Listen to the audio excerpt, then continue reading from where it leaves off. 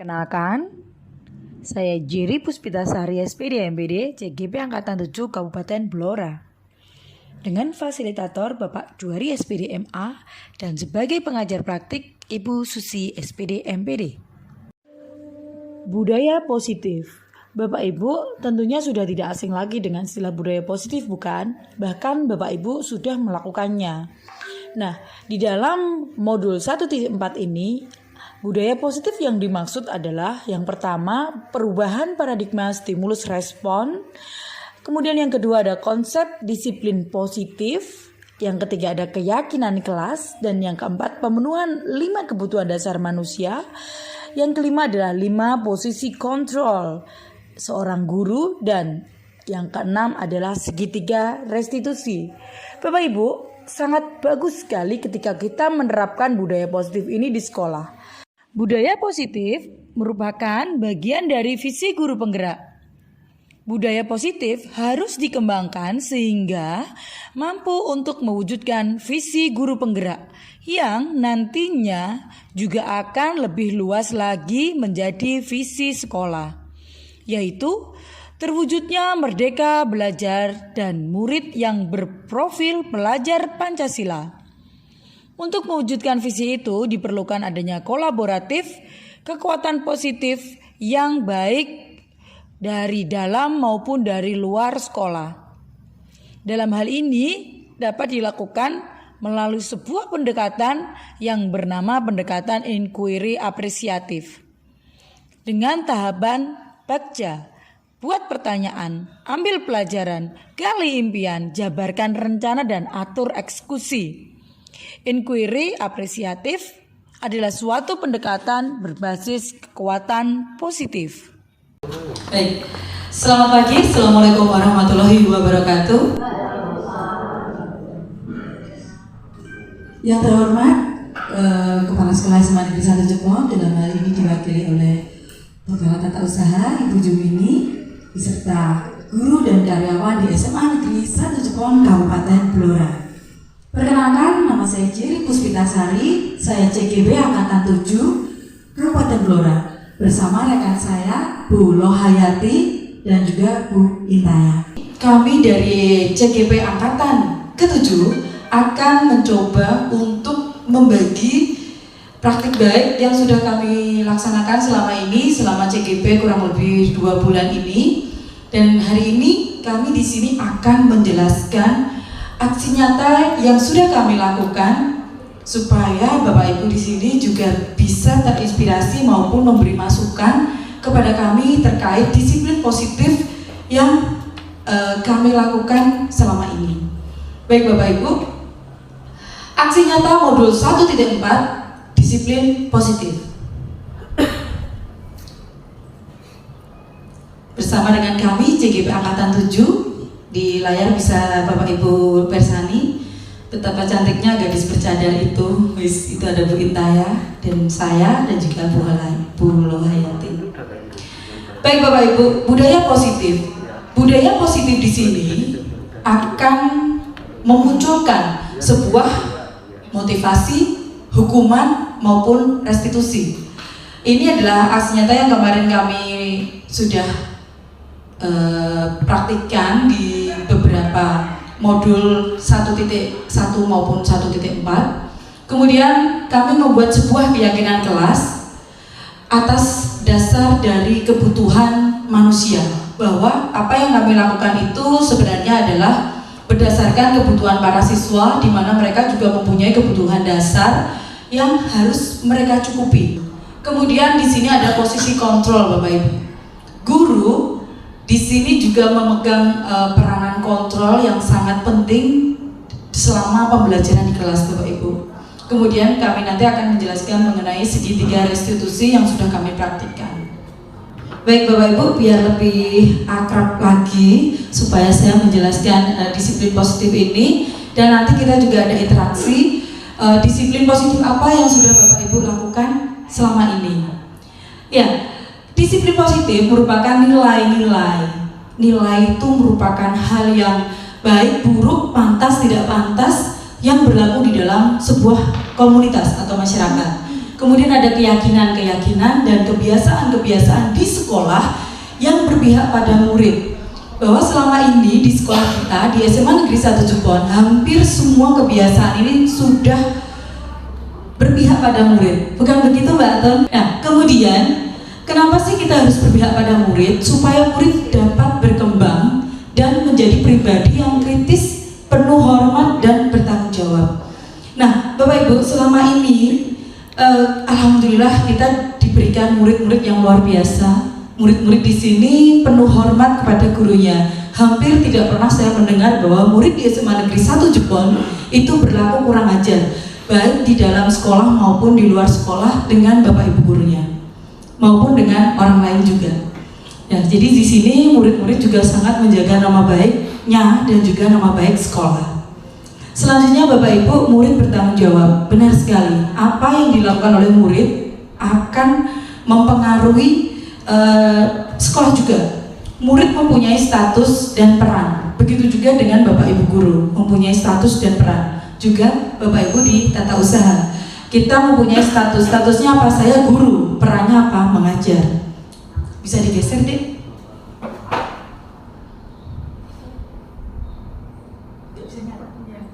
Oke, baik, sebentar. Baik, ini mengenai disiplin positif. Nah, ini contohnya Bapak Ibu. Di SMA kita ini, alhamdulillah murid-murid itu banyak mencetak prestasi. Nah, prestasi itu diawali dari kedisiplinan mereka dalam berlatih, Bapak Ibu, sehingga akan membuahkan hasil. Bapak Ibu di sini bisa lihat, kita bisa mengingat, mereview kembali bahwa anak-anak kita memperoleh prestasi yang sangat banyak. Ini ada 6 diantaranya. Yang pertama ada Alif Yoga, dan juga ada Dinda, dan juga Nindya. Oke, baiklah. Kemudian di sampingnya itu ada juara Mas Zaki, memperoleh juara lari, dan masih banyak lagi. Untuk menjadikan anak-anak itu juara, pasti mereka berdisiplin dalam berlatih, Bapak Ibu. Begitu juga anak-anak yang lain. Dengan support dari kita, baik itu dari tata usaha, dari guru maupun dari kepala sekolah dan seluruh stakeholder yang ada di sekolah, mampu menciptakan sebuah lompatan-lompatan bagi anak-anak kita untuk mereka itu mempunyai prestasi baik tingkat kabupaten, provinsi maupun nasional. Bahkan tahun 2020 itu saya pernah mendengar ada yang berkompetisi hingga internasional, yaitu di cabang pencaksilat. Nggak tahu ya, guru baru sih. Next. Baik, hukuman, penghargaan, dan restitusi. Di sini Bapak Ibu, secara tidak langsung kita itu memberi motivasi kepada siswa-siswi kita, di mana setiap hari kita berangkat ke kantor itu dengan apapun keadaan yang di rumah, kita tidak pernah membawanya ke sekolah. Sehingga itu memberi inspirasi kepada murid. Murid jadi termotivasi, masih melihat Bu Leni dengan wirausahanya yang sukses, dengan melihat Pak Kris, dengan berbagai macam hal yang mereka, yang Bapak Ibu miliki, sehingga itu secara tidak langsung memotivasi siswa bahwa apa yang mereka lakukan itu mengikuti apa yang dilakukan oleh gurunya. Biasanya seperti itu, banyak sekali anak-anak yang termotivasi oleh gurunya sehingga muncul dorongan dalam dirinya untuk mereka itu berprestasi maupun bertindak sesuai dengan norma etika yang ada di lingkungannya. Penghargaan dan hukuman Bapak Ibu. Sekarang saya mau tanya, Bapak Ibu pernah memberi hukuman kepada murid? Bu Leni pernah tidak? Tidak pernah. Alhamdulillah, Bu Leni tidak pernah memberikan hukuman. Pernah memberi penghargaan? Pernah. Alhamdulillah. Berarti Bapak Ibu dari satu sampel yang dilakukan oleh Bu Leni, kenapa Bu Leni memberikan penghargaan, tidak memberikan hukuman? Alasannya apa? Karena hukuman itu akan membuat anak menjadi trauma. Kemudian alasan untuk memberi penghargaan? Ya, motivasi untuk membuat yang lebih baik lagi. Oke, aplaus buat Bu Leni. Benar sekali, saya setuju dengan pendapatnya Bu Leni. Mungkin berbeda dengan Pak Cahyo. Pak Cahyo pernah memberi hukuman kepada siswanya? Tidak pernah. Alhamdulillah, berarti guru-guru di sini sudah terbukti ya nggak pernah menghukum siswanya. Untuk penghargaan? Sering. Sering penghargaan berupa motivasi yang lebih baik agar senang di sekolah. luar biasa. Jadi biar supaya senang, anak-anak perlu diberi penghargaan. Bapak Cahyo. Jadi saya setuju dengan apa yang dilakukan Bu Leni dan Pak Cahyo, karena hukuman itu akan memberikan rasa traumatik dan rasa tidak enak kepada siswa. Dulu sebelum saya melakukan segitiga restitusi maupun membuat budaya positif, saya pernah memberi hukuman kepada siswa saya, yaitu saya meminta mereka untuk menuliskan pernyataan, menuliskan saya tidak akan mengulang kesalahan saya sampai 100 kali. Ternyata hal itu tidak baik karena akan membuat siswa kita takut dan tidak nyaman begitu. Tapi sekarang saya sudah banyak mendapatkan masukan Bapak Ibu dari apa yang sudah saya lakukan di guru penggerak, pendidikan guru penggerak, bahwa hukuman itu tidak boleh. Begitu juga dengan penghargaan.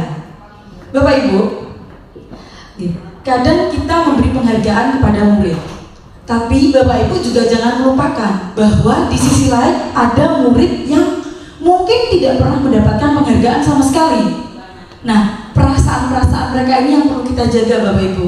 Ternyata memberi penghargaan yang terlalu sering itu juga tidak baik ternyata. Ini juga saya dapatkan ketika mengikuti pendidikan guru penggerak Bapak Ibu. Jadi hukuman tidak boleh, penghargaan terlalu sering juga tidak boleh, karena dampaknya anak akan kecanduan. Wah, nanti kalau saya mendapatkan nilai 100 pada mata pelajaran matematika, maka saya akan bayarkan hadiah. Tapi bagaimana perasaannya yang tidak pernah mendapatkan nilai 100? Ya kan? Mungkin dia akan pasti yang dapat hanya itu aja gitu. Nah, ini juga tidak boleh Bapak Ibu. Nah, ini ada gambaran perbedaan antara hukuman, konsekuensi, dan restitusi Bapak Ibu. Sebenarnya anak-anak itu sudah tahu ketika dia melakukan kesalahan pasti akan dihukum. Tapi sekarang itu semua dirubah Bapak Ibu. Cara merubahnya bagaimana sih? Cara merubahnya adalah kita berikan mereka pemahaman tentang konsekuensi atau dampak yang akan mereka dapatkan dari melakukan sebuah perbuatan yang perbuatan itu menyimpang begitu.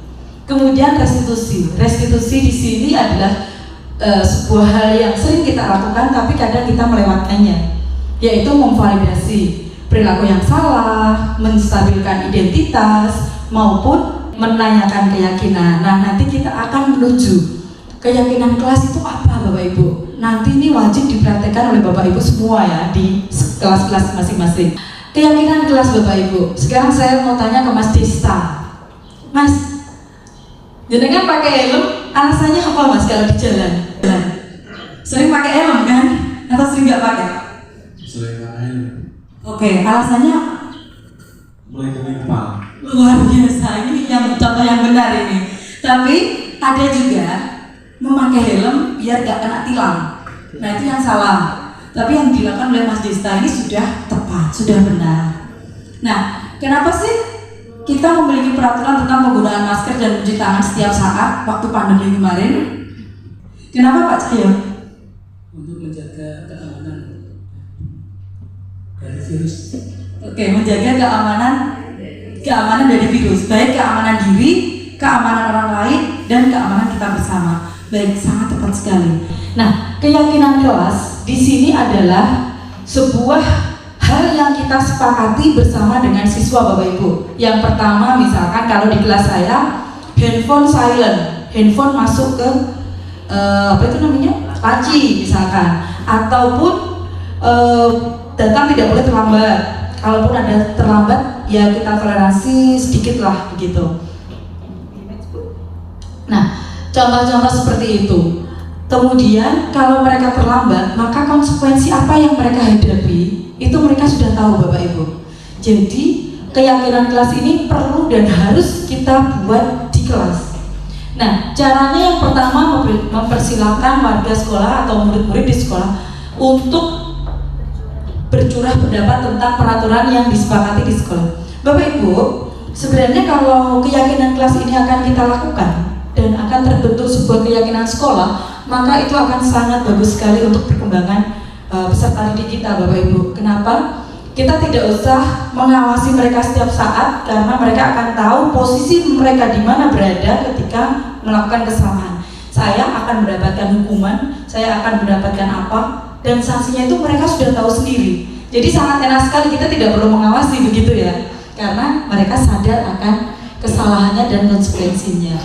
Nah, kemudian mencatat semua masukan dari para murid setelah kita memasukkan itu, kemudian disusun keyakinan sesuai dengan prosedur pembuatan pembentukan kelas itu, dibuat kalimat-kalimat yang positif.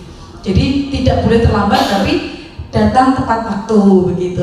Jangan menggunakan kalimat negatif seperti tidak boleh datang terlambat ke sekolah gitu, tapi menggunakan kalimat positif. Kemudian ditinjau kembali daftar yang sudah dibuat tadi, apakah daftar tadi itu sudah bagus atau belum, kemudian disetujui oleh semua anggota kelas maupun guru yang bersangkutan. Kemudian ditinjau ulang secara bersama-sama. Setelah itu baru ditempelkan di dinding bahwa ini loh keyakinan kelas yang ada di kelas ini, sehingga tanpa kita mengawasi mereka, mereka sudah akan tahu sendiri apa yang mereka perbuat dan sanksi apa yang mereka dapatkan.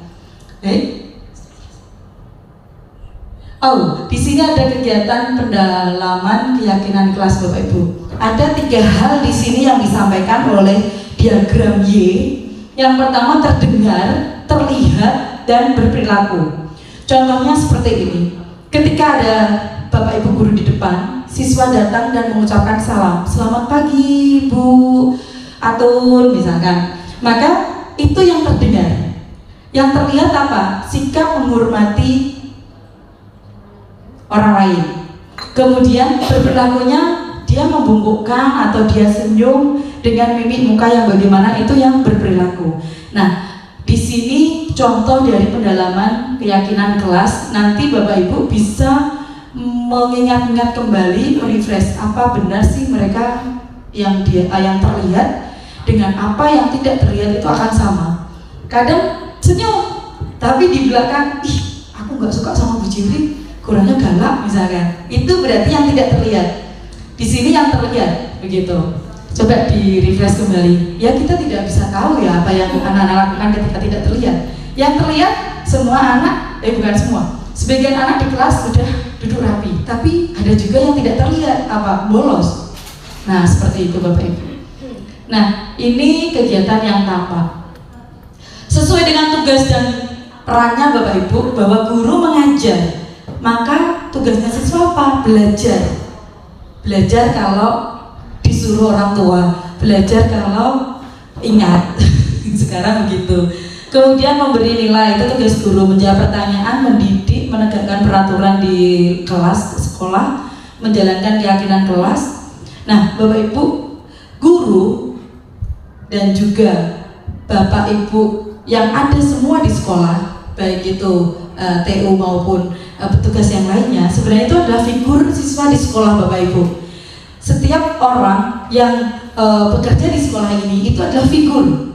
Oh, Bu Titin itu seperti itu, tegas. Oh, Bu Titin itu seperti ini. Anak-anak itu menilai sebenarnya Bapak Ibu. Coba kalau nggak percaya, saya tak tanya ya, besok kalau anak-anak tak survei gitu. Tahu Mas Dista nggak? Itu orangnya bagaimana sih? Itu kan banyak tuh, selengean, gini, suka bercanda, gini-gini. Itu anak-anak yang melihat. Makanya kita sebagai guru maupun orang-orang yang berada di lingkungan sekolah, baik TU maupun semuanya, itu harus menampilkan penampilan yang ramah dan mempesona, gitu. Besok kumisnya dicukur ya. Baiklah. Nah itu sedikit banyak. Kenapa? Karena kita dilihat oleh siswa. Makanya, oh Bu Intaya itu orangnya seperti ini, Bula seperti ini. Anak-anak itu menilai Bapak Ibu. Sehingga Pak Misbah itu seperti apa misalkan. Oh Pak Misbah itu orangnya suka diem ya. Itu anak-anak tahu Bapak Ibu. Bahkan mereka lebih tahu dari diri kita sendiri loh. Nah itu, ini tugas yang bukan guru, bukan tugasnya bukan menyakiti atau disakiti, memaksa kamu untuk belajar, itu bukan tugas guru. Tapi itu biarkan kesadaran yang termotivasi dari diri anak untuk mereka itu mau belajar. Kemudian guru tugasnya bukan, sama ya? Iya. Oke. Berarti tugasnya memutuskan untuk teman kamu. Maksudnya adalah anak-anak itu perlu dimotivasi bahwa setiap anak yang lain itu adalah teman. Kadang anak itu kan pilih-pilih teman, oke, pilih-pilih sahabat itu boleh, tapi kalau teman semua harus temenan.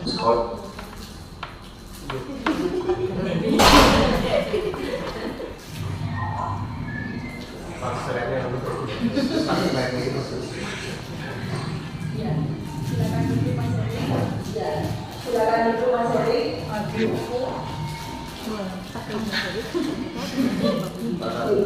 Kamu tahu ya kenapa Bu Diri manggil kamu ke sini? Ya, ini terkait dengan kemarin kamu bolos sekolah. Baik, Erik, Bu Diri mau tanya sebelumnya, kenapa kamu bolos? Karena saya lebih suka bermain di luar sekolah dengan teman-teman saya dari kelas ataupun sekolah lain. Oh, kamu bolos dengan siapa saja di sini? Saya dengan teman-teman saya yaitu ada Doni, Mario, Bagus, dan Gaby. Oh, sama mereka. Ya. Oh ya, jadi mau tanya, kamu tahu tidak konsekuensi dari kamu membolos? Tahu sih. Apa konsekuensinya? Konsekuensi saya membolos yaitu saya dapat ketinggalan pelajaran. Nah, kenapa kamu melakukan itu? Ya, Ibu Jiri tidak akan mencari-cari kesalahan kamu lagi karena masih terjadi. Jadi mau tanya, Erik, kamu senang tidak ketika kamu itu membolos? Saya sangat senang karena saya dapat bermain bebas dengan teman-teman saya, bisa mabar ataupun hobi. Oke, kamu tahu tidak bahwa apa yang kamu lakukan itu ternyata bisa membawa dampak bagi sekolah dan orang tua? Iya. Apa dampaknya? Karena jika saya membolos dan ketahuan oleh pihak berwenang atau Satpol PP, jadi saya bisa terseret ke hukum maupun dan dapat menjatuhkan nama sekolah. Nah, itu kamu tahu. Selain itu Mas Erik, di sekolah itu juga mengkhawatirkan kamu.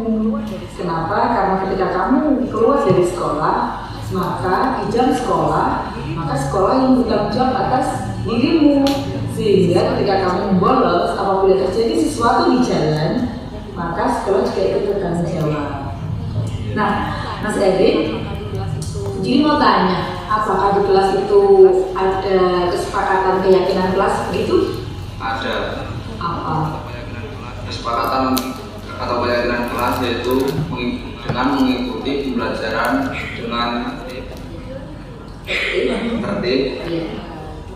Lalu kita kembali lagi ketika kamu tadi membolos, kamu merasa senang, kamu tahu sekarang bahwa ada konsekuensi yang akan kamu terima ketika kamu membolos dan mengalami hal-hal yang tidak dibicarakan. Nah, kalau kamu sudah tahu apa? Gini Bapak Ibu, tadi adalah contoh-contoh dari penerapan segitiga restitusi. Jadi bagaimana sekali lagi kita mengembalikan anak kepada kelompoknya setelah mereka menyadari kesalahannya dan mencari solusinya, agar ketika kembali ke dalam kelompok karakternya lebih kuat. Bagaimana Bapak Ibu?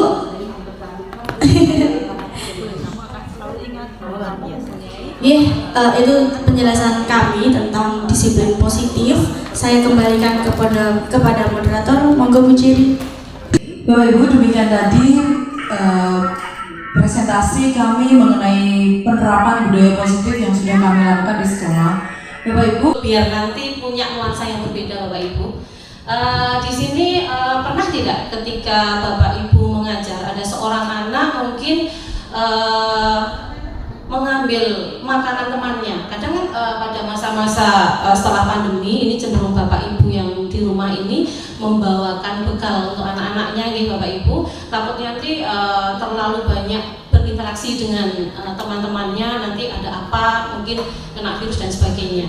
Ini sering sekali bahwa ibunya di rumah ini membawakan bekal. Kemudian misalkan ada kisah seorang anak misalkan tidak membawa bekal, kemudian dia mengambil bekal temannya. Nah, nanti kira-kira jawaban apa dari anak ini akan kita perhatikan berkaitan dengan kebutuhan dasar apa yang sebenarnya sebenarnya belum mereka penuhi. Di sini akan saya sampaikan kebutuhan dasar manusia ini berdasarkan Dr. William Glasser terkait dengan teori kontrol. Ini ada 5 Bapak Ibu. Yang pertama ada kebutuhan dasar kasih sayang dan rasa diterima. Di mana kebutuhan rasa kasih sayang dan rasa diterima ini adalah kebutuhan untuk mencintai dan memiliki kebutuhan akan hubungan dan koneksi sosial. Ada anak-anak yang memiliki kebutuhan dasar cinta dan kasih sayang yang tinggi, biasanya ini disukai dan diterima oleh lingkungannya. Mereka juga akrab dengan orang tuanya. Biasanya mereka belajar karena suka pada gurunya. Bagi mereka, teman sebaya sangatlah penting. Mereka juga biasanya suka bekerja dalam lingkungan kelompok. Kemudian yang kedua, di sini ada kebutuhan untuk bertahan hidup. Kebutuhan bertahan hidup atau survival ini adalah kebutuhan yang bersifat fisiologis, Bapak Ibu. Kebutuhan hidup di sini yang misalkan ada kesehatan, kemudian ada rumah, ada makanan. Kemudian yang tidak terlupa adalah kebutuhan untuk rasa aman, Bapak Ibu. Ketika mereka merasakan aman, kemudian semua kebutuhan bertahan hidupnya terpenuhi, anak-anak ini akan cenderung menerima pembelajaran di kelas ini akan jauh lebih tenang, Bapak Ibu. Tidak akan ada lagi tindakan yang negatif bagi mereka. Kemudian yang berikutnya adalah penguasaan atau kebutuhan pengakuan atas kemampuan. Kebutuhan ini berhubungan dengan kekuatan untuk mencapai sesuatu. Jadi ketika anak-anak memiliki kebutuhan dasar akan kekuasaan yang tinggi, biasanya selalu ingin menjadi pemimpin. Kemudian mereka juga suka mengamati sebelum mencoba hal yang baru dalam merasakan dan merasa kecewa bila melakukan suatu kesalahan. Kemudian kebutuhan yang keempat di sini adalah kebebasan atau kebutuhan akan pilihan. Kebutuhan untuk bebas adalah kebutuhan akan kemandirian, otonomi, memiliki pilihan dan mampu mengendalikan arah hidup seseorang. Anak-anak dengan kebutuhan kebebasan yang tinggi menginginkan pilihan. Mereka perlu banyak bergerak, suka mencoba-coba, tidak terlalu terpengaruh. Sehingga mereka merasa bahwa mencoba sesuatu hal yang baru itu adalah sesuatu yang menarik, Bapak Ibu. Kemudian yang terakhir adalah kebutuhan akan kesenangan, kebutuhan merasa senang, mereka butuh tertawa bersama teman-temannya, kemudian bermain. Anak-anak dengan kebutuhan dasar kesenangan yang tinggi ini biasanya ingin menikmati apa yang dia lakukan. Mereka juga konsentrasi tinggi saat mengerjakan hal yang disenangi. Kemudian kembali pada permasalahan yang tadi, Bapak Ibu, ketika ada seseorang anak ini yang mungkin mengambil makanan dari temannya, ketika nanti saya misalkan bertanya atau Bapak Ibu guru nanti bertanya, misalkan namanya Agus ya, Gus, apa kamu mengambil makanan punya teman kamu? Kira-kira jawaban apa yang mereka keluarkan, Bapak Ibu?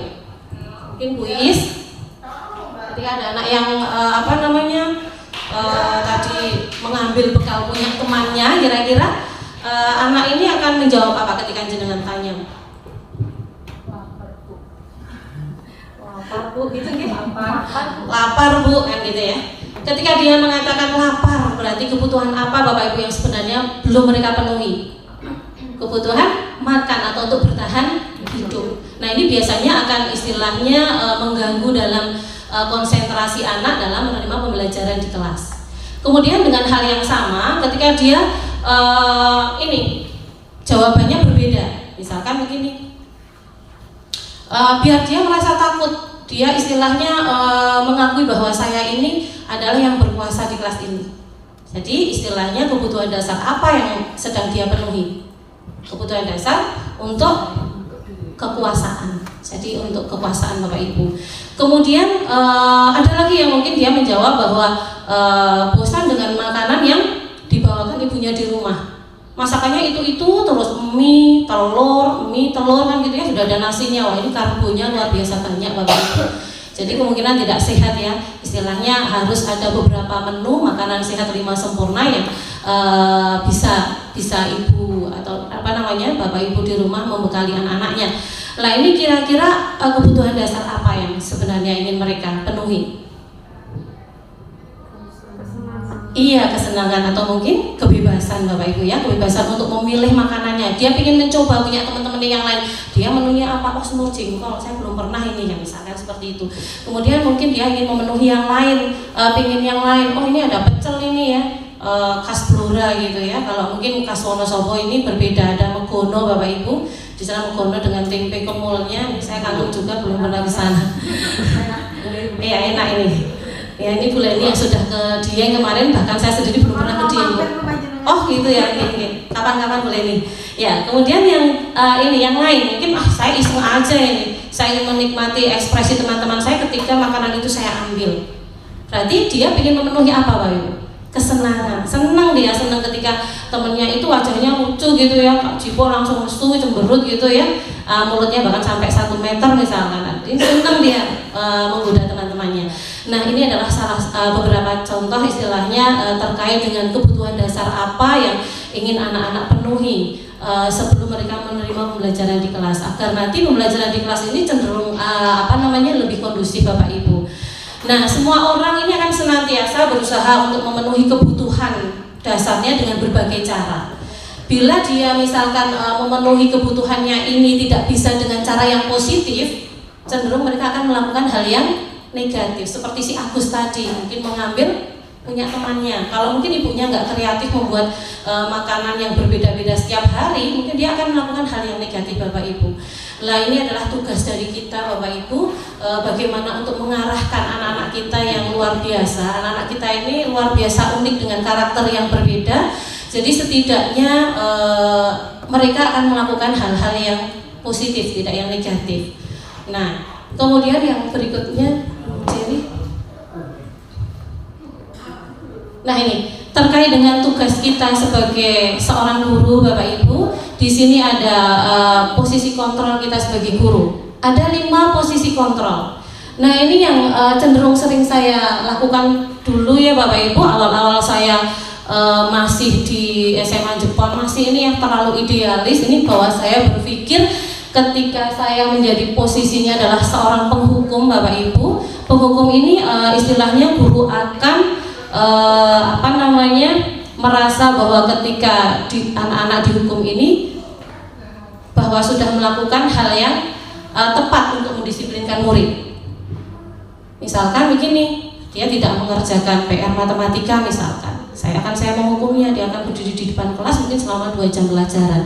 Nah ini sebenarnya yang tidak boleh Bapak Ibu. Kemudian yang berikutnya ada pembuat rasa bersalah. Dengan membuat rasa bersalah ini biasanya guru menggunakan kelembutan untuk membuat murid merasa bersalah dan tidak nyaman. Nanti ada beberapa yang bisa Bapak Ibu perhatikan terkait dengan bagaimana membuat rasa bersalah. Kemudian yang berikutnya ini adalah posisi kontrol sebagai teman. Nah ini guru mengontrol muridnya dengan hubungan baik seperti teman yang istilahnya mengakibatkan murid biasanya tergantung dan tidak menghargai guru tersebut. Jadi tidak ada jarak antara Bapak Ibu guru dengan muridnya. Kemudian yang berikutnya di sini ada yang disebut sebagai pemantau. Kalau pemantau di sini biasanya guru mendasarkan semua peraturan dan konsekuensi dalam mendisiplinkan murid. Jadi ketika ada peraturan di sekolah ini, kemudian anak-anak sudah tahu konsekuensi apa. Nah, tinggal nanti kita ketika kita sebagai posisi pemantau tinggal kamu terlambat sekolah, berarti konsekuensinya apa anak-anak? Wah saya misalkan saya harus membersihkan halaman depan Bapak Ibu. Nah ini mereka sudah tahu peraturannya ini dan konsekuensinya. Kemudian menurut kami bahwa posisi kontrol terbaik adalah di yang terakhir, yaitu manajer Bapak Ibu. Di posisi manajer ini guru akan memberi kesempatan kepada murid untuk menyampaikan fakta. Jadi ketika dia melakukan suatu misalnya kayak tadi ya si Agus ini tadi misalkan mengambil istilahnya makanan punya temannya, kita berarti hanya memberi kesempatan menyampaikan fakta. Tadi apa yang terjadi? Misalkan saya, tadi Bu Intaya mendengar bahwa kamu mengambil bekal makanan punya temanmu. Coba kamu ceritakan misalkan. anak ini akan bercerita, oh, saya tadi mengambil bekal punyanya si A misalkan di kelas Ibu, dia biasanya seperti itu. Kemudian setelah itu dia akan mempertanggungjawabkan. Jadi kita menanyakan keyakinan, loh, ketika kamu mengambil makananmu tadi, kira-kira keyakinan apa yang bisa yang sebenarnya sedang yang sudah kamu sepakati bersama teman kamu. Ketika mengambil makanan teman, saya harus mengganti, misal mengganti makanan punya teman saya misalkan. Lah kamu menggantinya dari mana? Saya bisa beli di kantin, Bu. Di kantin kita luar biasa, banyak sekali makanan yang bisa anak-anak coba di situ, tinggal ini aja budgetnya sesuai dengan kantong atau tidak. Kemudian ketika kita sudah menanyakan keyakinan, dia akan mendukung murid agar menemukan solusi. Jadi solusi atas permasalahannya sendiri dan membuat perbaikan. Jadi cenderung kita tidak akan menghukum, kita tidak akan mengingatkan konsekuensinya, dan kita hanya istilahnya mengatakan bahwa ketika kamu bisa menemukan solusinya, kira-kira perbaikan apa yang akan kamu lakukan? Mungkin dia akan menjawab, besok saya tidak akan melakukan hal ini lagi, Bu. Saya tidak akan mengambil makanan punya teman. Saya akan memberikan saran kepada ibu saya untuk memberikan makanan yang beraneka ragam. Tidak hanya mie telur dan seperti itu. Jadi ini tadi posisi kontrol yang ada pada guru. Kalau saya sendiri dulunya sebelum mengikuti guru penggerak ini, kemungkinan saya seringnya adalah posisi di penghukum dan pemantau, Ibu. Jadi kita hanya melihat, oh ini ada peraturannya, konsekuensinya apa. Kemudian menghukum, oh ya kalau kamu tidak mengerjakan PR misalkan, kamu nanti menuliskan 3 kali misalkan, rangkap 3 begitu ya. Nah ini yang sebenarnya tidak boleh Bapak Ibu, dan ini yang terbaik adalah ketika kita bisa pada posisi manajer. Jadi kita tanyakan permasalahan apa yang dia hadapi, kemudian keyakinan apa yang sudah dia miliki bersama teman-temannya, kemudian dia akan menemukan solusi, kemudian tindak lanjut apa yang akan anak ini lakukan. Ya, Bu Jerry. Nah ini Bapak Ibu, ada sedikit perbedaan Bapak Ibu. Ketika di penghukum, posisi penghukum ini motivasi apa? Ini motivasi eksternal atau dari luar Bapak Ibu. Ketika guru ini cenderung akan berbuat menghardik, menunjuk-nunjuk, menyakiti dan menyindir. Ini ketika kita berada di posisi penghukum. Kemudian yang berikutnya adalah membuat orang merasa bersalah. Ini kalau orang merasa bersalah, dia akan berceramah, menunjukkan kekecewaan yang mendalam. Kemudian pada posisi teman, dia akan membuatkan alasan-alasan untuk murid-muridnya. Ini nanti ada beberapa istilahnya yang lebih menjelaskan Bapak Ibu. Kemudian ketika di posisi pemantau, dia akan menghitung dan mengukur. Artinya istilahnya berapa kali dia sudah melakukan kesalahan dan seperti itu. Kemudian mengukurnya konsekuensinya apa, sudah terpenuhi apa belum. Kemudian pada posisi manajer ini akan menunjukkan pertanyaan-pertanyaan seperti tadi, kenapa kamu melakukan itu, nah seperti itu. Kemudian pada posisi penghukum ini cenderung guru akan berkata, kalau kamu tidak melakukan misalkan tadi ya tidak mengerjakan PR, saya akan menghukum kamu, saya akan menyuruh kamu untuk menuliskan rangka 3. Kemudian pada posisi yang berikutnya adalah untuk membuat orang merasa bersalah, kamu sudah mengecewakan ibu dan bapak. Nah ini akan menunjukkan kekecewaan kita yang mendalam. Kemudian untuk yang teman, pada posisi teman ini lakukan untuk bapak ibu. Akhirnya nanti akan, ya sudah nanti bapak ibu bantu bereskan. Artinya ini akan membuat alasan-alasan untuk muridnya menghindari suatu penyimpangan yang dia lakukan. Kemudian pada posisi pemantau, nah ini tinggal menanyakan apa peraturannya ketika kamu melakukan satu kesalahan ini misalkan. Kemudian apa konsekuensinya. Nah ini yang terjadi pada saat kita menduduki posisi pemantau. Kemudian yang berikutnya adalah pada posisi manajer. Apa yang kita yakini? Apa kamu meyakini hal tersebut? Kalau kamu meyakininya, bagaimana kamu memperbaikinya? Kemudian hasilnya Bapak Ibu, ini yang terpenting adalah hasilnya. Ketika nanti Bapak Ibu pada posisi penghukum, ini akan membentak istilahnya ini membentak, akhirnya nanti anak-anak menjadi pendendam, menyalahkan orang lain, ini hasilnya. Kemudian pada posisi yang berikutnya adalah posisi membuat orang merasa bersalah, ini akan menyembunyikan kesalahannya, menyangkal dan kemudian berbohong. Kemudian pada posisi teman, dia akan ketergantungan. Ketika dia melakukan suatu kesalahan, dia akan tergantung, pasti guru saya sudah memberikan alasan. Kemudian yang berikutnya adalah ketika pada posisi kontrol, akan menyesuaikan bila diawasi. Jadi ketika tidak diawasi Bapak Ibu guru, dia akan melakukan hal itu kembali. Kemudian untuk posisi kita di manajer, akan menguatkan watak atau karakter anak tersebut. Kemudian berikutnya, dampak pada murid ini yang luar biasa. Ketika pada posisi penghukum akan mengulangi kesalahan berulang kali, perilakunya akan menjadi agresif. Jadi ketika agresif ini nanti kemungkinan kalau pendendam kan bisa juga, wah kita cegat iki gurumu nanti di luar sana, karena tadi sudah membuat saya merasa dipermalukan di kelas seperti itu. Kemudian pada saat posisi yang kedua di sini adalah pada posisi membuat orang bersalah.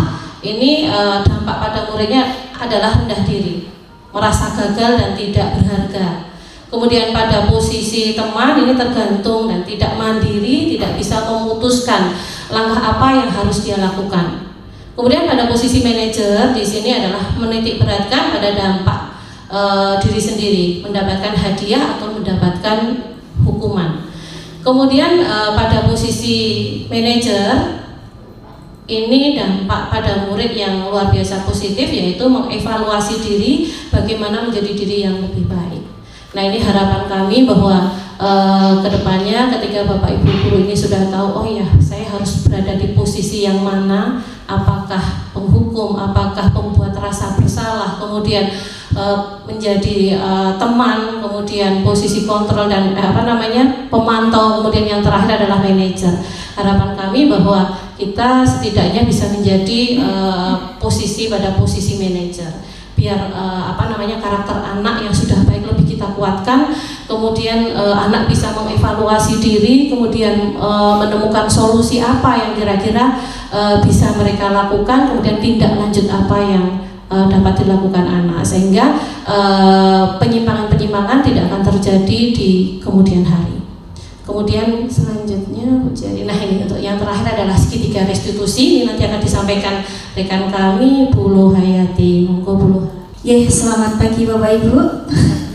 Masih semangat ya? Gimana kalau kita menumbuhkan semangat dulu? Gimana Bapak Ibu, semangatkah? Sebelum saya menyampaikan lanjutan teori, melanjutkan pembahasan ini, gimana kalau kita semua berdiri Bapak Ibu?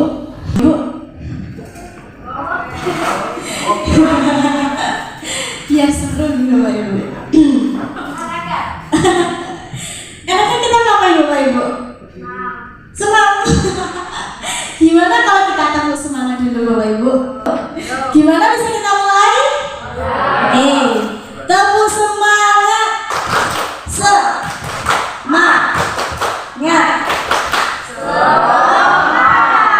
Terima kasih luar biasa Bapak Ibu. Baiklah Bapak Ibu, gimana, sudah semangat?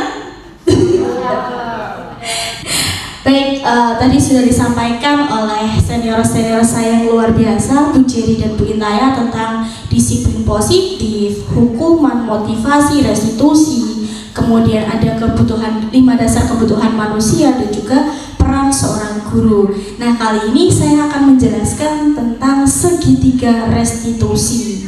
Nah, Bapak Ibu, restitusi tadi itu apa sih Bapak Ibu?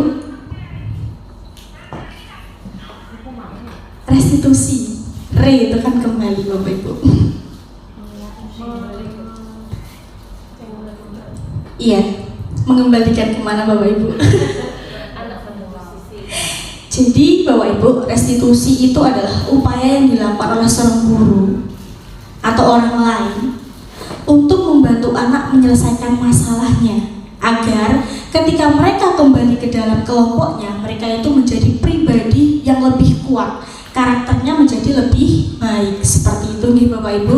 Nah, di sini ada yang namanya segitiga restitusi. Ini adalah berdasarkan teori kontrol yang dikemukakan oleh Dr. William, bahwa untuk menyelesaikan anak, membantu anak menyelesaikan masalahnya itu ada 3 tahapan Bapak Ibu.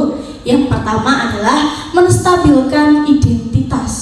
Kemudian di tahapan yang kedua ada validasi tindakan yang salah, dan yang ketiga adalah menanyakan keyakinan. Kita mulai dari yang pertama Bapak Ibu. Jadi kita mulai dari bawah sini menuju atas, kemudian menuju penyelesaian. Seperti itu nggih. Nah, di sini berdasarkan yang dijelaskan oleh senior teman saya tadi, Ibu Intaya, bahwa ada 5 posisi kontrol.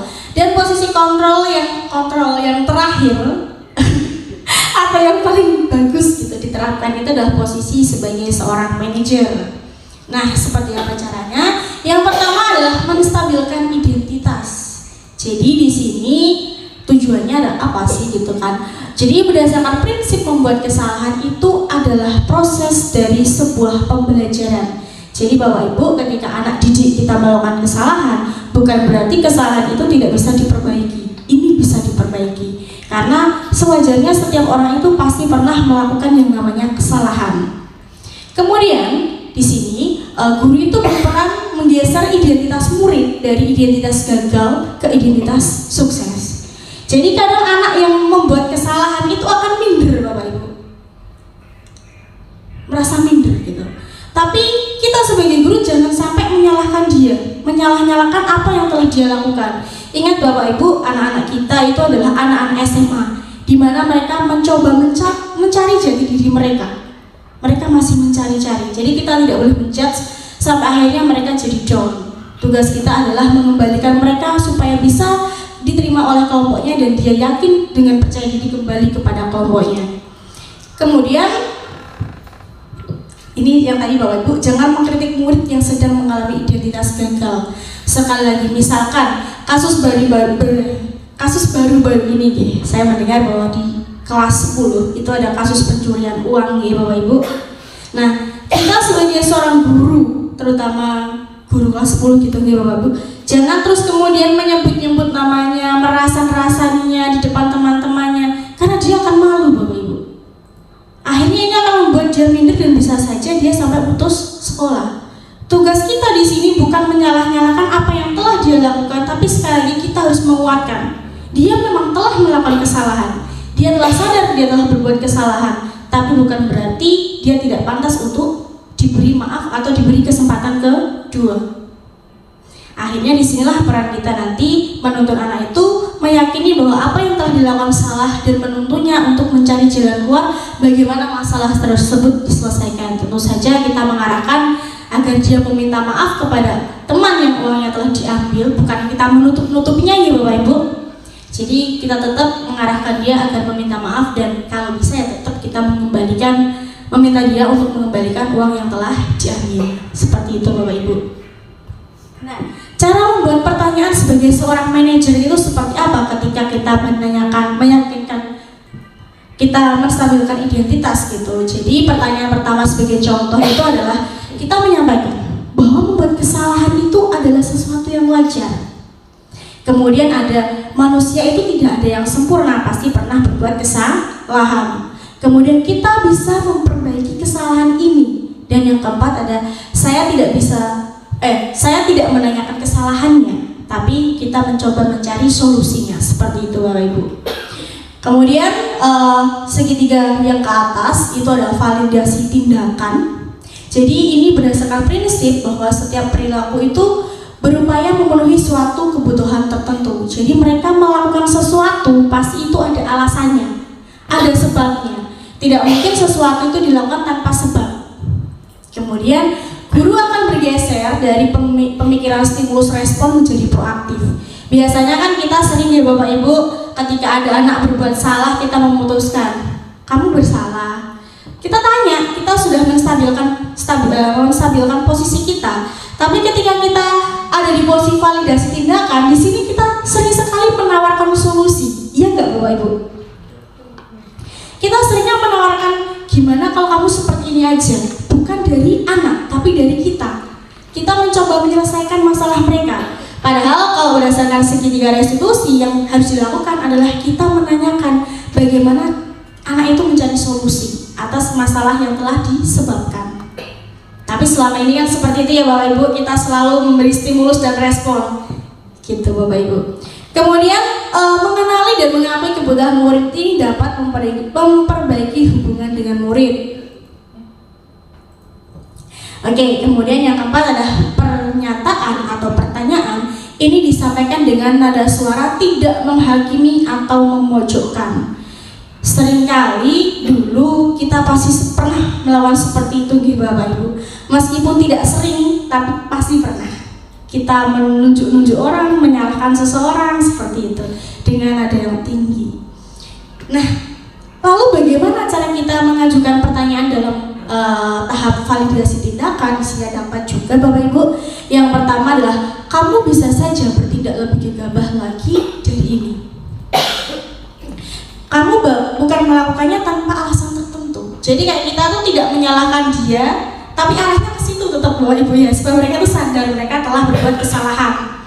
Kemudian kamu melakukannya tanpa suatu alasan tertentu. Kemudian mungkin kamu bisa mempelajari suatu perilaku baru yang lebih efektif. Bersediakah kamu mempelajarinya? Jadi kita tanya Bapak Ibu. Kemudian yang terakhir itu adalah menanyakan keyakinan. Ini berdasarkan teori kontrol, menyatakan bahwa pada dasarnya kita itu termotivasi secara intrinsik, artinya dari dalam kita memotivasi. Karena tadi disampaikan bahwa kita sering memberi penghargaan ya Bapak Ibu ya, supaya anak itu perilakunya berubah. Tapi sebenarnya sebuah penghargaan ini juga bisa berdampak negatif. Kenapa? Ketika dia terbiasa mendapat penghargaan dari kita, ketika dia tidak mendapat penghargaan lagi, maka ini motivasinya bisa turun Bapak Ibu. Maka cara terbaik untuk memotivasi anak adalah memotivasi dari dalam. Kita terus memberikan dorongan semangat agar mereka mau bergerak sendiri, melakukan sesuatu sendiri tanpa sebuah hukuman ataupun penghargaan. Karena penghargaan itu sifatnya tidak lama Bapak Ibu, hanya sebentar. Nah, kemudian saat perilaku telah divalidasi dan identitas sukses telah stabil, maka murid akan siap mengaitkan keyakinan dengan tindakan yang salah. Mereka akan tahu bagaimana mencari solusi. Nah, bagaimana cara mengajukan pernyataan atau pertanyaan Bapak Ibu? Ini contohnya, yang pertama adalah sebagai keluarga atau kelas, apa sih yang kita yakini bahwa perbuatan itu tidak baik misalkan. Lalu pengennya gimana ke depannya? Kita menanyakan keyakinan itu Bapak Ibu. Kemudian nilai-nilai apa saja yang telah kita sepakati, seperti apa sih gambaran sebuah kelas yang ideal bagi kamu. Kemudian kamu yang menjadi orang seperti apa. Jadi kita setelah dia tahu kesalahannya, dia tahu bagaimana cara menemukan solusinya, kita mengarahkan dia pengen jadi orang yang seperti apa, dia pengen berkarakter seperti apa. Nah, ketika dia sudah yakin, maka dia akan tumbuh karakternya lebih kuat. Karakternya lebih kuat dan anak-anak ini akan kembali ke dalam kelompoknya, dan kelompoknya pun akan lebih bersemangat ketika menerimanya. Seperti itu ya Bapak Ibu. Nah, daripada kita sudah mendengarkan penjelasan, berikutnya kami akan menampilkan video dari segitiga restitusi yang telah kami lakukan Bapak Ibu sebagai aksi nyata. Mungkin bisa langsung diputar Bu Jerry. Akan ada 3 video Bapak Ibu, video dari Bu Intaya, Bu Jerry, dan juga saya mengenai segitiga restitusi. Terima kasih. Titik 4. Budaya positif. Demonstrasi kontekstual penerapan segitiga restitusi oleh Intaya SPD, calon guru penggerak Angkatan 7 Kabupaten Blora. Pada demonstrasi kontekstual modul 1.4 ini, saya akan mencoba menerapkan segitiga restitusi untuk 2 kasus. Kasus 1. Pada saat pembelajaran fisika, menurut laporan dari Bu Ratna sebagai guru pengajarnya, Rifki mengganggu temannya yang sedang melakukan praktikum kesetimbangan sampai ada alat yang terjatuh dan rusak. Atas dasar laporan tersebut, saya sebagai wali kelas memanggil Rifki untuk meminta keterangan setelah pembelajaran usai. Mari kita perhatikan penerapan segitiga restitusi pada kasus satu ini. Selamat siang Bu, kata pengajar saya cuma ini. Kamu ngerti ya? Kamu ngerti? Kalau saya panggil itu, Saya minta maaf, saya mau salah telah mengganggu teman yang sudah papar praktikum istimewa jamnya berdepan. ya, baiklah.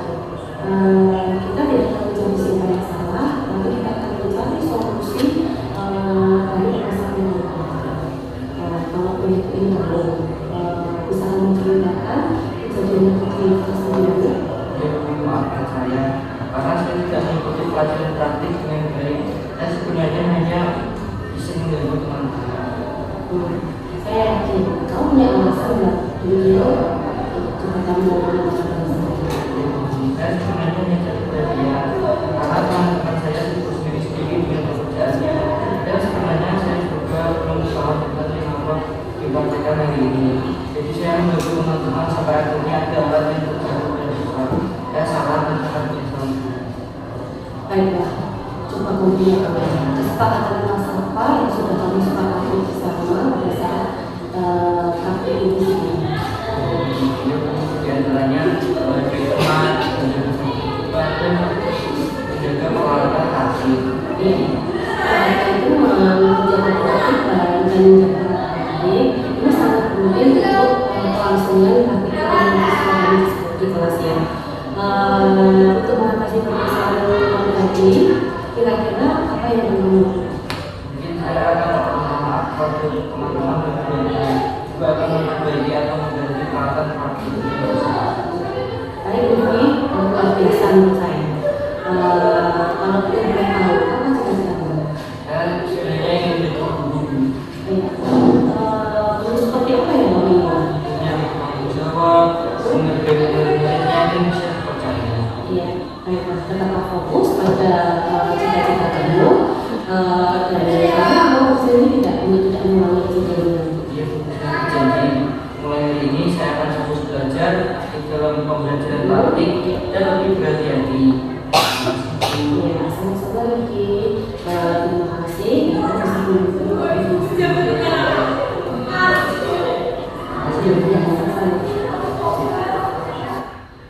Kasus 2. Seorang murid datang terlambat, diam-diam berniat langsung masuk kelas. Seorang guru melihat murid tersebut dan memanggilnya. Mari kita lihat penerapan segitiga restitusi pada kasus 2.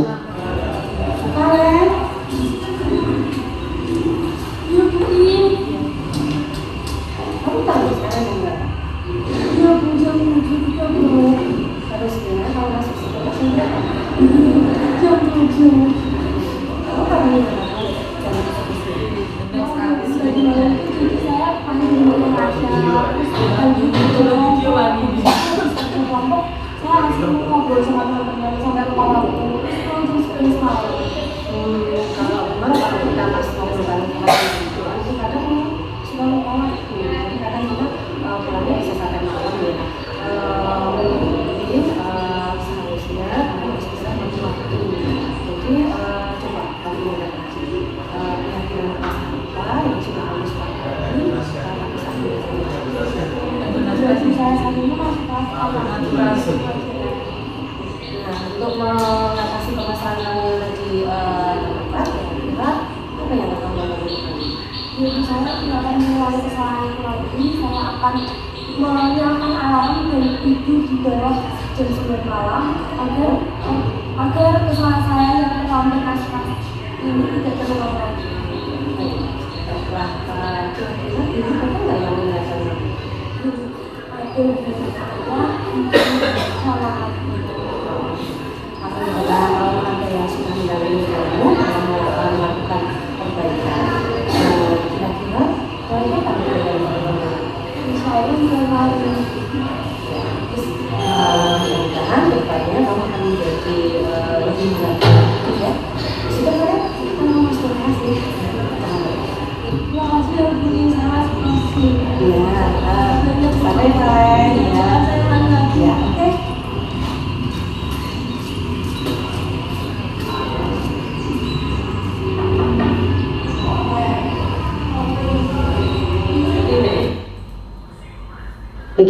tanggapan murid setelah praktik penerapan segitiga restitusi? Rifki Nasiruddin, saya merasa dihargai dan tidak dihukum meskipun saya melakukan kesalahan, namun saya dapat menemukan solusi atas apa yang saya lakukan. Dan untuk keyakinan kelas, saya akan lebih menghargai teman, menjaga ketertiban dan berhati-hati untuk menjaga peralatan praktik agar pembelajaran praktik lebih kondusif. Fabian Valena Suparapradwi, biasa dipanggil Valen. Saya merasa dihargai dan tidak dihukum meskipun saya terlambat masuk di kelas. Dengan keyakinan kelas, saya akan lebih menghargai waktu untuk hadir tepat waktu di sekolah sehingga tidak akan mengganggu pembelajaran yang akan dilakukan di kelas. Selain itu, saya dapat menemukan solusi atas permasalahan yang saya hadapi. Terima kasih. Terima kasih. Semoga penerapan segitiga restitusi ini dapat menginspirasi. Salam dan bahagia.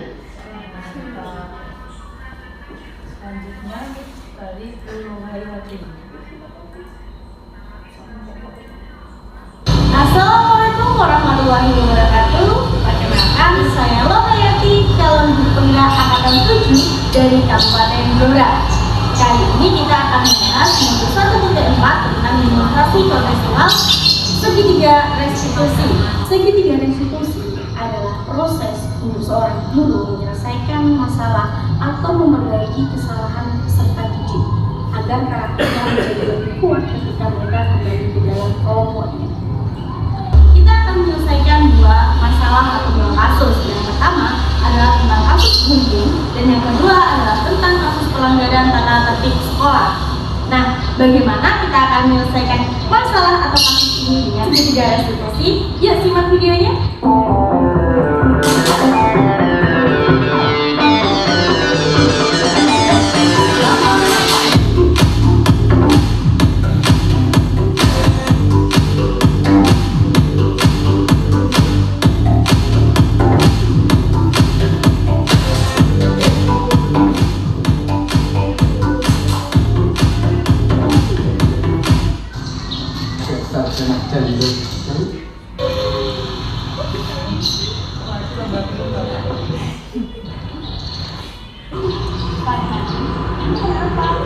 Saya merasa dibully Bu sama Angel. Iya Bu, saya tahu saya anak ganda dan ibu saya juga kerja di warung. Tapi bukan berarti saya bisa direndahkan seperti itu. Ibu tahu apa yang kamu rasakan, tapi kita tidak bisa mengontrol ucapan orang lain. Yang bisa kita kontrol adalah perasaan kita dan juga tindakan kita. Tapi saya sedih banget Bu. Kamu boleh bersedih, tapi ingat, hidup itu terus berjalan ke depan. Maka mulai dari sekarang kamu harus menyiapkan diri kamu untuk lebih kuat. Ibu yakin, dengan peristiwa ini kamu akan belajar untuk menjadi lebih kuat dan mempersiapkan supaya masa depan kamu itu lebih baik atau bisa sama dengan seperti mereka. Kamu berhak mencapai mimpi kamu seperti mereka. Semangat ya!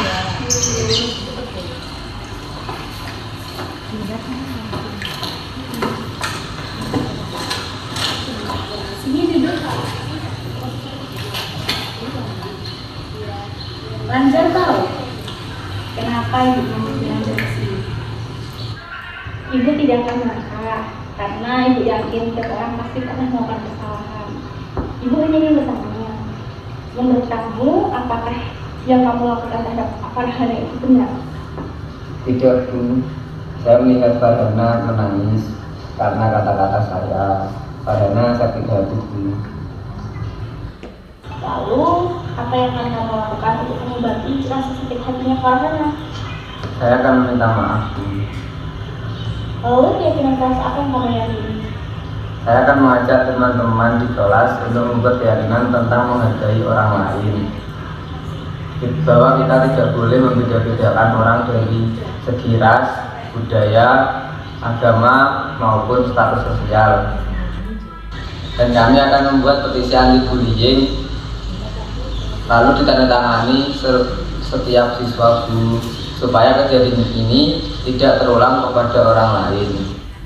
Ibu sangat sependapat dengan keyakinan yang kamu yakini. Dan ibu sangat senang sekali ketika kamu membuat petisi anti-bullying. Semoga apa yang terjadi dengan kamu dan Kak Hana dapat menjadi pelajaran untuk yang lain dan tidak akan terulang lagi. Jadi kita harus menghargai orang lain apapun kondisinya. Seperti itu ya. Ibu yakin juga bahwa kamu kedepannya juga akan menjadi anak yang hebat dan luar biasa dan yang sukses. Semangat ya. Terima kasih.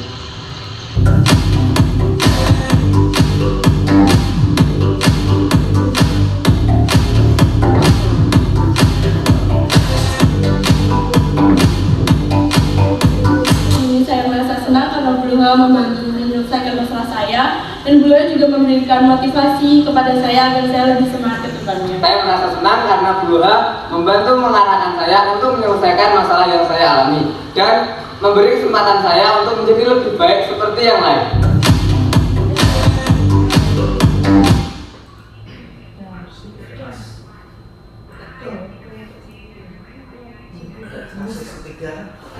Budaya positif dan segitiga restitusi.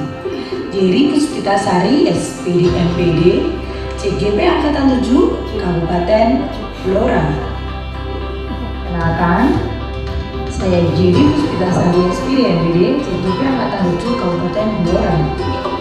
Dengan fasilitator Bapak Jerry SPD MA dan sebagai pengajar praktik Ibu Susi SPD MPD. Restitusi. Apa itu restitusi? Yang mengajarkan murid identitas sukses. Di tabel ini positif pada perkembangan hukuman dari kesalahan. Yang kedua, memperbaikkan tindakan. Karena dia sudah menyesali perbuatan. Menanyakan keyakinan, nilai iman. Jadi di sini ini. Jadi menguatkan anak bahwa hal yang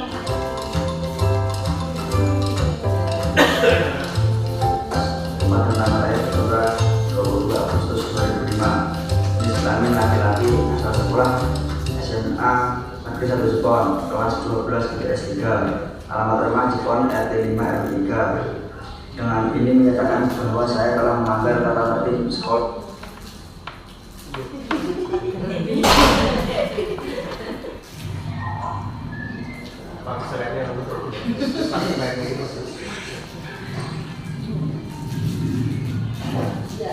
Silakan Ibu Mas Heri.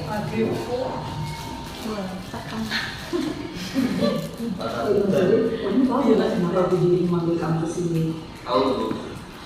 Ya, ini terkait dengan kemarin kamu bolos sekolah. Ya. Baik Erik, Bu Diri mau tanya sebelumnya, kenapa kamu bolos? Karena saya lebih suka bermain di luar sekolah dengan teman-teman saya dari kelas ataupun sekolah lain. Oh, kamu bolos dengan siapa saja di sini?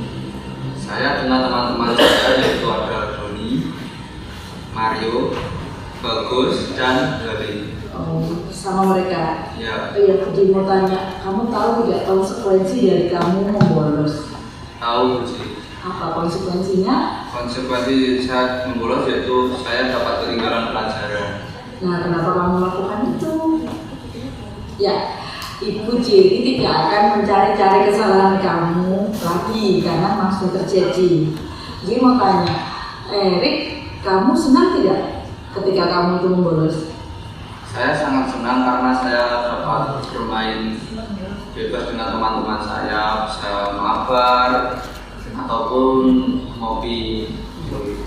Oke, kamu tahu tidak bahwa apa yang kamu lakukan itu ternyata bisa membawa dampak bagi sekolah dan orang tua? Iya. Apa dampaknya? Karena jika saya membolos dan ketahuan oleh pihak berwenang atau Satpol PP, jadi saya bisa terseret ke hukum maupun dan dapat menjatuhkan nama sekolah. Nah, itu kamu tahu. Selain itu Mas Erik, di sekolah itu juga mengkhawatirkan kamu.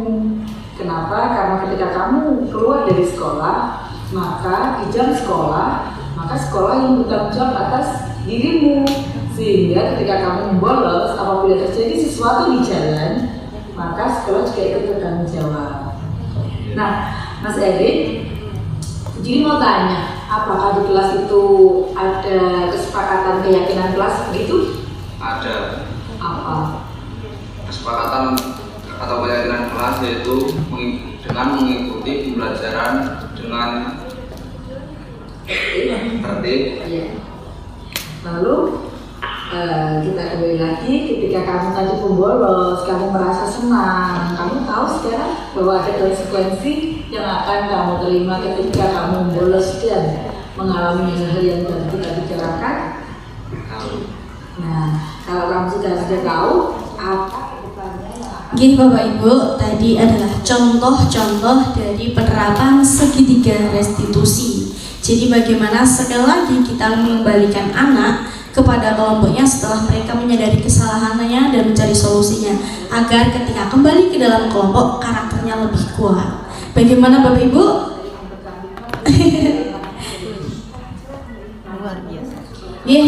Itu penjelasan kami tentang disiplin positif.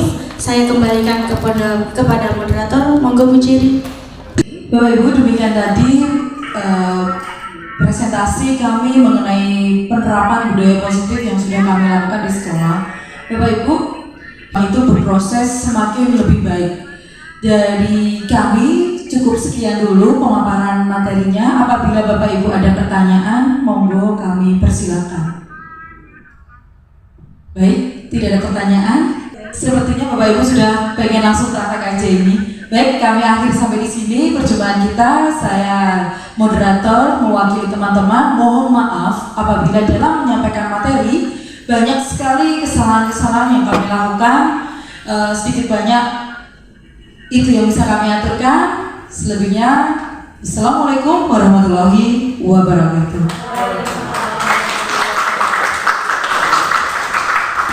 Guru-guru kami dari CGP Angkatan 7, antara lain Ibu Ciri, Ibu Loha, dan Ibu Intaya telah melaksanakan desiminasi tentang budaya positif yang ada di SMA Negeri 1 Jepon.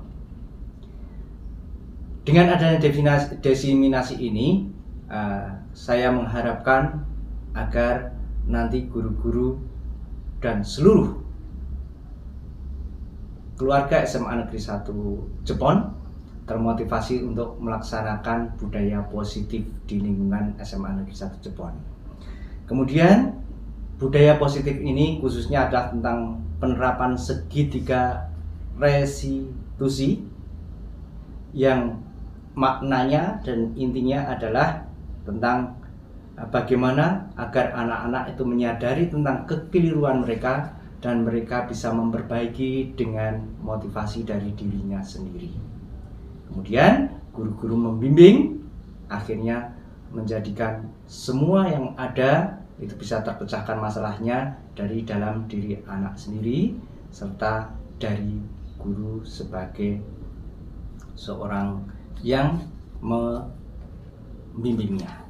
Demikian, semoga CGP Angkatan 7 yang pada hari ini Selasa tanggal 27 Desember tahun 2022 telah melaksanakan desiminasi ini sukses dan bisa memberikan manfaat pada sekolah. Terima kasih. Wassalamualaikum warahmatullahi wabarakatuh. Perkenalkan, saya Kristanto SPD. Tadi telah mengikuti desiminasi budaya positif yang sudah dipaparkan oleh teman-teman saya CGP, yaitu Bu Jerry, Bu Intaya, dan Bu Loha. Saya selama ini belum mengetahui terkait yakinan, segitiga restitusi, dan posisi kontrol guru. Oke, saya siap bersama teman-teman untuk melaksanakan budaya positif untuk meningkatkan pendidikan di SMA Negeri 1 Jepon. Komdang!